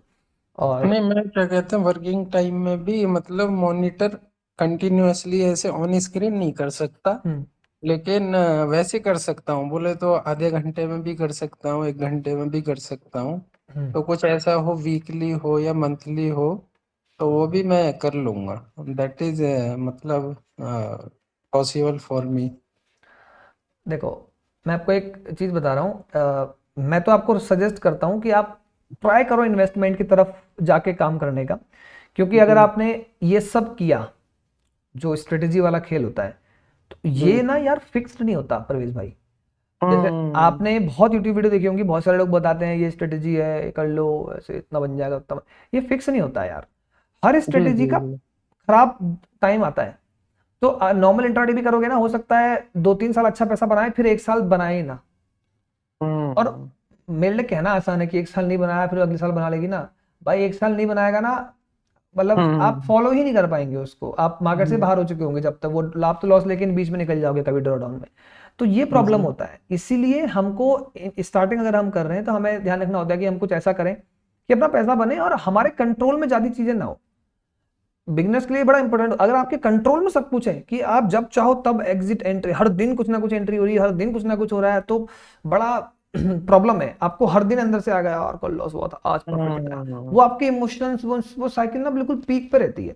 बट जब आप इन्वेस्ट कर देते हो, गिर गया मार्केट, क्या कर लोगे अब आप? जी जी आपके हाथ में कुछ नहीं है ना, आप एक ही बेच सकते हो पैनिक में आके, उसको कंट्रोल शायद आप फिर भी कर जाओ, लेकिन इंट्राडे में वही काम रोज होगा आपके साथ, है ना। तो इसीलिए थोड़ा सा हमें स्टार्टिंग में मैं कहता हूँ कि हम इन्वेस्टमेंट करें, थोड़ा वेट करें, अच्छा पैसे से इन्वेस्टमेंट करें, फिर देखें जब हमारा पैसा ग्रो हो, चीजें हो, फिर हम उसके ऊपर रिस्क लें। कवर्ड कॉल कर लो, सबसे बेस्ट होता है। अगर अच्छा पैसा है इन्वेस्ट करो, कॉल बेच डालो एक, जो कॉल को बेच कर पैसा आया उससे जो रिस्क लेना है लो आप मार्केट में, कोई मना नहीं है, उससे सर सीखो। मेरे साथ क्या हुआ था, मैंने किया था ऐसा, जैसे निफ्टी बीज बैंक बीज खरीद लेते हैं ना, हम्म। तो वो क्या हुआ कि निफ्टी बीज बैंक बीज मतलब बैंक बीज थे, कुछ थे, मतलब पूरी लॉट नहीं थी, हाँ इतना कम भी नहीं थे, लगभग 7 8 9 10 लाख के थे। हाँ। तो उसमें मुझे ज्यादा नॉलेज नहीं था, बस ऐसे ही यूट्यूब देख के उसका क्या किया, कॉल भेज दिया। अभी वो क्या किया, उसके साथ उसको एडजस्ट भी करना पड़ता है या कट करना पड़ता है जब वो इन द मनी होने को आया। तो क्योंकि वो क्या था, बैंक बीच में पैसे बढ़ रहे थे, तो क्या हुआ कि घर से ही देने पड़े लगभग 10 20 हजार रुपए ओह। उस कॉल में। तो वो 75,000 पे जाके कट किया, मतलब लॉस में। ओके। अब क्या किया, मतलब वो बैंक बीज तो निकाले नहीं, लेकिन वो निकाल दिया, अभी बैंक बीज भी लॉस में है, तो वो 75 तो गए ना घर से। ये तो ये तो अंडरस्टैंडिंग का प्रॉब्लम है, देखो, है ना। तो जी जी, उस वो टाइम नॉलेज नहीं थी, ये लास्ट मतलब लास्ट ईयर की बात है, हाँ मार्च अप्रैल की। हाँ। तो तो आपके मतलब ये वीडियो देख के थोड़ा सा मतलब कन्विक्शन जगाए, हाँ थोड़ा बहुत नॉलेज भी आ गया कि एकदम से अभी ये 75,000 ऐसे कॉल में तो नहीं दे सकते, लेकिन हाँ फिर फिर भी जैसे बैंक बीच पड़े हुए हैं, तो मतलब मन में आता है कि यार अभी मार्केट तो इतना जल्दी ऊपर जा नहीं रहा है, तो कुछ बैंक बीच तो पड़े ही, उनमें भी एकुमुलेशन हो ही रहा है। तो कुछ ऐसा हो कि साल भर का 10 12% आ जाए, तो एटलीस्ट अपने एक्सपेंसेस तो निकले। गलत डायरेक्शन है प्रवेश भाई। एक्चुअली ना देखो, पहली चीज 10-12% ओवर इक्विटी, बड़ा रिटर्न एक्सपेक्ट कर रहे हो आप, क्योंकि आप इक्विटी पे इन्वेस्टेड हो, फिर आप कह रहे हो 12% और चाहिए इसके ऊपर, थोड़ा सा प्रॉब्लम करेगा आपको, है ना। You will need to gain knowledge वो करने के लिए, पहली चीज। जी जी जी चलो वो आप फिर भी गेन कर लेंगे, वो टफ नहीं है, मैं आपको बता रहा हूँ, वो आपको कोई भी सिखा देगा नॉलेज, है ना। आप मार्केट जी यूट्यूब पे भी सीख के कर लेंगे। जो आपकी जी सेकंड लाइन थी ना, वो है सबसे बड़ा इश्यू, जो आपने बोला कि हम थोड़ा मैनेज कर लें एक्सपेंस, मत करो यहाँ से मैनेज एक्सपेंस, है ना। तो बहुत सारे लोग हैं ऐसा जो मतलब दे फाइंड कि आ, वो प्राइमरी इनकम मार्केट से ही बनाना चाह रहे हैं, कि मेरा मेन मार्केट से बने। नहीं नहीं सर, मेन मार्केट से नहीं है, हाँ ओके। बोले तो जैसे अगर आ जाएगा तो अच्छी बात है, इंसान तो चाहता है कि मैं जॉब हाँ भी कर रहा हूँ और ये मेरा इन्वेस्टमेंट है, हाँ हाँ लेकिन अभी जॉब से करेगा और कुछ भी चीजें आ जाती हैं, तो उससे मतलब सोचेगा कि इससे भी थोड़ा सा 10% 12% आ जाए हाँ तो और अच्छा, लाइफ स्टाइल को तो अच्छा हर कोई करना चाहता है ना। हाँ राइट। वो है, मानो आपका। पर बिल्कुल ऐसे ये मार्केट पे डिपेंडेंसी नहीं है। हाँ तो फिर तो देखो, अगर मान लो तो कि वो एक्स्ट्रा एफर्ट्स के लिए, कि एक्स्ट्रा एफर्ट्स करके कुछ करके, और जैसे आप जैसे लोग हैं उनके नॉलेज का इस्तेमाल करके भी अगर कुछ बन जाए तो अच्छी बात है। हाँ, तो देखो अगर ऐसा कुछ है ना कि भाई आपको ये है कि भाई बनेगा तो इट्स गुड, नहीं बना तो आई एम ओके, है ना, मैं हाँ बस हाँ सीखना हाँ, चाह रहा हूँ। That's it. तो फिर तो यू ट्राई, फिर आपका जो स्टेप होता है ना वो ये होता है कि आप कोई भी एक बेसिक स्ट्रेटेजी, वो तो मैंने यूट्यूब पे बनाई हुई है, इंट्राडे वाली भले आप कोई पकड़ लो अच्छा, आप। ये आपकी एक स्ट्रेटेजी मैंने देखी थी, आयरन फ्लाई वाली, वो मंथली वाली है जो हाँ हाँ 18 20 डीटी वाली। हाँ हाँ हाँ। तो उसके भी कुछ आपके पास में बैक टेस्टेड रिजल्ट होंगे, उसमें भी कुछ मेरे ख्याल से बनता ही होगा, कि मैंने तो किया नहीं है। देखो उसमें उसमें पैसा बनता है, बट उसमें ना एक अभी के टाइम पे क्या हो गया, अभी जैसे एसटीटी बढ़ा, ये सब चीजें बढ़ी ना, iron fly is a very high वाला, हाई क्या बोलते हैं उसे, चार्जेस वाला स्ट्रेटेजी होता है। हाँ तो वो थोड़ा सा चार्जेस आपको हैवी देता है। दूसरी, मैं कर रहा हूँ उस स्ट्रेटेजी को, बट अब वही मैंने से बताया था ना, एक स्ट्रेटेजी कभी ऐसे नहीं होती कि एक बन गई और बस वो चली थी, फिर वो उसमें जी हर क्वार्टर कुछ ना कुछ चेंज होता है। तो मैं जो करता हूँ हल्का फुल्का चेंज, मानो ट्वीक्स करता हूँ, तो मैंने उसमें भी कुछ कुछ ट्वीक्स करे, क्योंकि जनरली क्या होता है, मानो बड़ा मूव आगे एक तरफ चले गई मार्केट, अब आपका वो एग्जिट ही नहीं हो रहा, है ना, तो ये मतलब आप उसको होल्ड करके ले जाते हो। बैक टेस्टिंग पे वो दिखता नहीं है एक्चुअली, बैक टेस्टिंग उसकी स्पूफ्ड हो सकती है, मतलब आप एग्जैक्ट बिलीव नहीं कर सकते कि ये हो ही जाएगा, क्योंकि उतना लिक्विड नहीं बचता ना वो option deep in the money होने के बाद। तो जी बैक जी टेस्टिंग पे आप बिलीव नहीं कर सकते। अगर आप बिगिनर हो तो मैं कहता हूं उसको एक बार साइड रखो, ट्राई मत मारो उसको अभी। क्यों? अगर वो इलिक्विड हो जाएगा ना तो आपको समझ नहीं आएगा अब मैं इसे काटू कैसे, और आप काटने जी बैठोगे जबकि आपको कुछ नहीं करना था उस पॉइंट ऑफ टाइम पे, है ना, आपको छोड़ देनी थी, फंड ब्लॉक रहता है लेकिन आपका। तो मैं कहता हूं जी उतना, एक सेकेंड, हाँ, तो मैं क्या बोल रहा हूँ, उतना ना करने के बजाय what you can do is कि आप सिंपल इंट्राडे टीबीएस कर लो, कोई भी फार ओटीएम से बैठ के, कि भाई मैं ये वाला टीबीएस करूंगा, उसको आप एक लॉट पे चला दो। उसको इसलिए मत चलाओ कि आप उस वहां से पैसा बनाने वाले हो, उसको इसलिए चलाओ कि आप वहां से कुछ, बस आप एक्टिव रहो मार्केट में, आपको पता चले हो क्या रहा है, उसके लिए बना रहे हो आप, कि आप देख पाओ मार्केट, दैट्स इट। एक दो लॉट पे आपने चलाया, छोड़ दो उसको चला के, वो ऐसा नहीं होगा कि बहुत कुछ लेके जाएगा, कुछ ना कुछ हो सकता है आपको देके ही जाएगा एट द एंड। जब तक वो चल रहा है, at that point of time आप अपने थोड़ा, अगर आपका टाइम मार्केट पे है, आप ऑब्जर्वेशन बढ़ाओ, you try to see markets कि भैया मैं क्या कुछ ऐसी स्ट्रेटेजी कर सकता हूँ, या मैं कोई इसके ऊपर डायरेक्शनल स्ट्रेटेजी कर सकता हूँ। एक्चुअली होता क्या ना, स्ट्रेटेजी तो बहुत है, बट हमारा क्या टेम्परामेंट है। अब जैसे directional strategies high risk reward strategy होती है, बड़े रिस्क उसके अंदर होते हैं, बड़े रिवॉर्ड्स भी उसके अंदर होते हैं ना, तो वो रिस्क भी बहुत बड़े बड़े देती है, 30-40% ड्रॉडाउन होते हैं उनके मार्जिन के ऊपर, है ना, तो बड़े रिस्क होते हैं, रिवॉर्ड भी फिर उनके इतने बड़े होते हैं, 60-70% वो आपको रिवॉर्ड देके जा रही होती है। बट क्या मेरे लिए वो है, मैं हैंडल कर पाऊंगा, और 3 महीने बाद अगर मुझे ट्वीक करना पड़ा तो क्या मैं ट्वीक कर पाऊंगा उसको?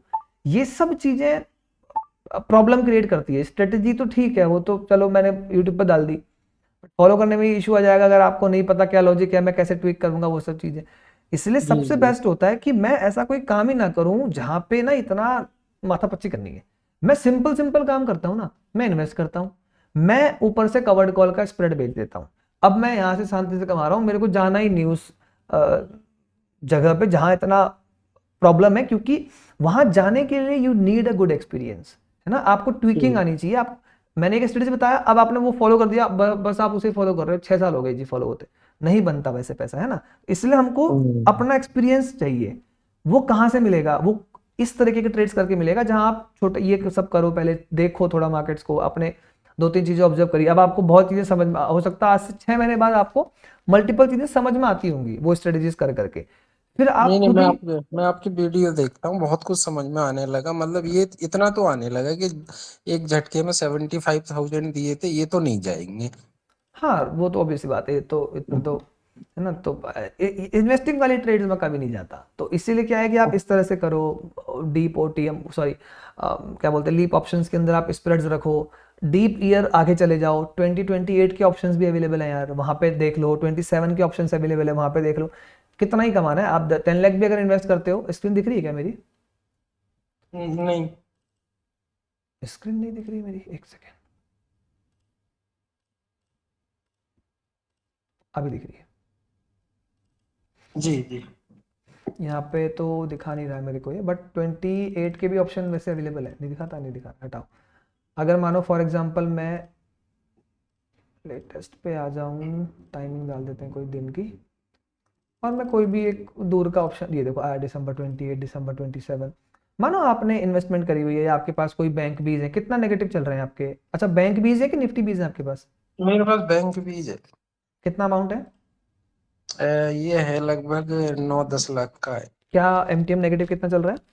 जी अभी M2M ना निगेटिव नहीं चल रहा, पहले प्रॉफिट में था, हम्म, लेकिन अभी नहीं चल रहा है कॉस्ट पे। इतना। हम्म, जो ट्रम्प ने जो वो टैरिफ अनाउंस किए थे, हम्म, वो जब फॉल हुआ था तो मैंने एवरेज कर लिया था। ओके। हाँ, तो एवरेज करते करते मतलब खरीदा तो काफी उस पे था, एवरेज करते करते जाके अब इन्वेस्टमेंट लगातार हो रही है शिफ्ट काइंड। हम्म, तो अभी वो ना मतलब वेन थोड़ा सा प्रॉफिट ही दे रहा है 10-20 हजार का। ओके, ठीक है। हाँ ठीक है, देखो आप क्या कर सकते हो ना, ट्राई करना कि आप निफ्टी पे आ जाओ, अगर आपको मानो थोड़ा काम करना है। उसका रीजन बस ये है कि निफ्टी में ना ऑप्शंस लीप में आपको एक्टिव मिलेंगे, बैंक निफ्टी में मिलते नहीं है, तो आप कुछ जी कर नहीं सकते उनके ऊपर आगे, है ना। अब मन अगर नहीं है बैंक बीज में ही करना है तो वहीं पे करो, बट ऑप्शन नियर के मिलेंगे। मैं थोड़ा फार समझाना चाह रहा था, तो फॉर एग्जांपल आपने बोला यार मेरे पास आज मैं इन्वेस्ट कर रहा हूँ तो 10-20 अगर वहां पे मैं मानता हूँ कॉस्ट पे ही है, तो मानो वो सारा पैसा निफ्टी पे है तो इसी रेट पे लगेगा वो 24-25 हजार रुपए पे। जी अब कोई भी इन्वेस्टर है जो पैसा लगा रहा है यार वो कमाने के लिए लगा रहा है, तो आप अगर लगा रहे हैं तो आप बोलेंगे यार 24 हजार पे लगा रहा हूँ, कम से कम 26 पे तो बेचूंगा, है ना। तो आप 26 पे मानो आप बेचने की ट्राई कर रहे हो, आपने 26 हजार का कॉल ऑप्शन बेचा इस तरीके से, और आपने मानो एक, क्योंकि आपके पास पूरा लॉट नहीं था उतना बड़ा, तो आपने इस तरह से बेच के कोई एक दूर से ऐसे खरीद लिया कि यार ओके अगर मानो 10 लाख की भी मेरी इन्वेस्टमेंट है, इवन इफ मार्केट 30 इधर आ जाता है 19-20%, तो मैं 2-3 लाख रुपए बना चुका हूँ ना उस पॉइंट ऑफ टाइम तक, और मेरे को इतना बड़ा लॉस यहाँ दिखेगा नहीं, और लगभग लाख रुपए मेरे को यहाँ से मिल जाएंगे इस बात के। आपने मानो ये ट्रेड बना दी, जस्ट एक एग्जांपल ट्रेड बता रहा हूँ, आप और चेक कर सकते हो कि भाई कहाँ क्या बनाऊं, क्या 25-26 बनाऊं, क्या यहाँ पे 2 लॉट कर दूं कि 3, वो अपना डिस्क्रिप्शन होता है, वो आप देखोगे कि मैं कहाँ बनाऊं, क्या दिसंबर में ही बेटर बन रही है, थोड़ा सा आप व्यू ले लो, आपको क्या लगता है, आप ज्यादा बेयरिश हो रहे हो क्या, आप ज्यादा बुलिश हो रहे हो क्या, उसके अकॉर्डिंग भी आप बना सकते हो, है ना। ये बना के फिर आप बैठो चिल होके, क्योंकि अब कहीं भी जाए यू विल बुक प्रॉफिट्स, इतना तो है। गिर गई भाई स्प्रेड से लेके घर चले जाओ, बढ़ गई दोनों को, यहाँ स्प्रेड पे लॉस बुक करो, इक्विटी बुक करो, फिर एक एक्स अमाउंट घर लेके जाओ, घर तो लेके आओगे, है ना। अब फॉर एग्जाम्पल अगर मानो आपने, मैं कहता हूं जैसे ये आपकी इन्वेस्टमेंट जो अभी आपने बताई 10 लाख की आपने करी, और मानो आपने यही बना दिया जस्ट फॉर एग्जाम्पल, तो आपको पता है जी मेरे पास लगभग 90 हजार रुपए आ गए, है ना, ये आपको उसी दिन मिल जाएंगे ऑन अ सेम डे, ठीक है, ये आपको सेम डे मिल जाएंगे। अब होगा क्या, लेटेस्ट से ये 98,000 नेक्स्ट डे आपके उसमें क्रेडिट हो जाते हैं, जी है ना। अब आप क्या करोगे उसके बाद, आफ्टर दैट आप, ये पैसा आपकी इनकम है, ऑब्वियस सी बात है ना, ये तो इनकम आ गई, डीमेट में आ जाती है ये, आप इसको रिस्क पे डाल दो भले, अगर आपका मन है तो। अगर आप कहते हो कि ना जी मुझे थोड़ा सीखना है, मेरे को थोड़ा रिस्क लेके सीखना है, ये 90,000 में से आप बोलो कि इसका 30,000 रुपीज, क्योंकि ये मेरे अकाउंट में आ चुका है, इसमें से 30,000 रुपए है जो मैं रिस्क करूंगा, 1 लाख रुपए से या 2 लाख रुपए से मैं कुछ ट्रायल करके देखना चाहता हूं मार्केट में। Then you do some strategies, कोई रिस्की स्ट्रेटेजी कर लो, या अब कर लो मतलब ऐसा नहीं कि बस देखी और कर दी, पहले अपना स्ट्रेटेजी बनाओ, ऑब्जर्व करो मार्केट को, देखो जी मेरे को कौन सा चीज बेटर लगता है, फिर आप उसका टेस्टिंग कर लो, या जैसे भी आपको सही लग रहा है वो सब करके then you try that strategy.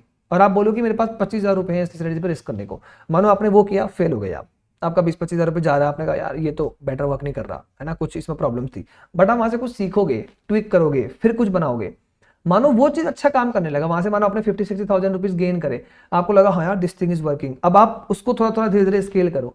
तो इस तरह से एक्चुअली किया जाता है, मतलब मैं जब किसी नई मार्केट को एंटर करता हूं तो मैं इस तरह से ट्राई करता हूं वहां पे काम करने का, कि पहले एक कवर्ड कॉल बना लो, जो पैसा कवर्ड कॉल ने दिया उस पैसे को रिस्क कर दो स्ट्रेटेजीज के ऊपर, है ना। अगर वो पूरा रिस्क खत्म हो गया तो मेरा साल का रिस्क खत्म है, अब मैं पूरे साल कुछ नहीं करूंगा, अब मैं खाली ऑब्जर्वेशन करूंगा, ट्रेड करने की अब मेरी वो नहीं रही, अब मेरे पास रिस्क नहीं रहा, तो अब मैं नहीं लूंगा वो रिस्क, है ना, क्योंकि उतना ही मेरे को मिला था, मैंने वो रिस्क कर दिया, मैं फ्लैट हूं इस साल, मैं नहीं कर रहा कुछ और, है ना। तो इस तरीके से बढ़ोगे तो ये क्या रहता है, कैपिटल प्रोटेक्शन रहता है, आप सीख भी लेते हो और आपको पैसा भी मिल रहा होता है, तो थोड़ा ये मगज चिल रहता है ना। अब ये डाल दोगे तो ये इनकम आपकी डे 1 पे हो चुकी है, अब वो 2 साल 1.5 साल का पैसा आपको आज ही मिल गया जी, आपके ये 1 लाख रुपए लेके आप जो करना है फिर स्पेशल कर सकते हो, क्योंकि मार्केट कहीं भी जाए ये तो मिलेगा, है ना, इतना तो मिलेगा ही, तो इसलिए हम फिर इसको इस पे रिस्क कर सकते हैं, इस पे आप 50 चीजें कर सकते हो। वरना तो इस टाइप की चीज मुझे बेस्ट लगती है, कोई इन्वेस्टमेंट कर रहा है अगर अपनी, उसकी इन्वेस्टमेंट्स है वो इस तरह से आगे बढ़े, बेस्ट है, आप इस तरह से ट्रेड्स करो।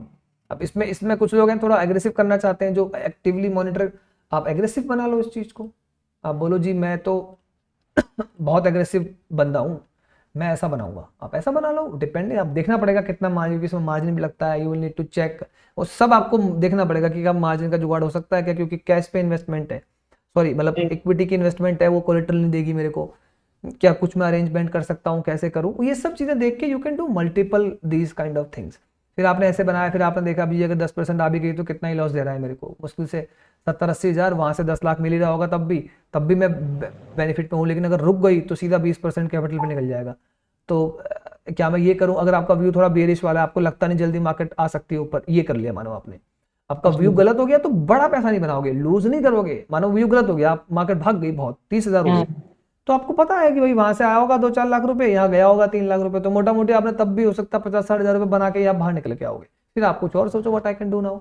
तो इस तरह से किया जाता है इसको एक्चुअली। तो ट्राई करना, इस टाइप की स्प्रेड्स ट्राई करो इनिशियली आप, ताकि एक कुछ आए जेब में, देन उसके ऊपर जो रिस्क लेना है, जो करना है, फिर उसके ऊपर करोगे आप, है ना। अपने कैपिटल का भी रिस्क पे नहीं डालनी चाहिए कि आप कैपिटल को ही रिस्क पे डाल के काम करो, वो मत करो, है ना। Okay okay, thank you sir. हाँ, वेलकम भाई। ठीक है, तो करते हैं एंड आज का सेशन, मिलेंगे हम लोग, मैं ट्राई करूंगा बाई वीकली कर लूँ या नेक्स्ट वीक करेंगे, जैसे भी होगा, ठीक है। Yeah, thank you so much for your time, Vidithin. Let's catch up after 2 weeks. Right Sanjay, thanks for coming. चलो, Thank you, Thank you all. Nitin bhai. Thank you. Bye bye. Bye bye everyone, bye bye.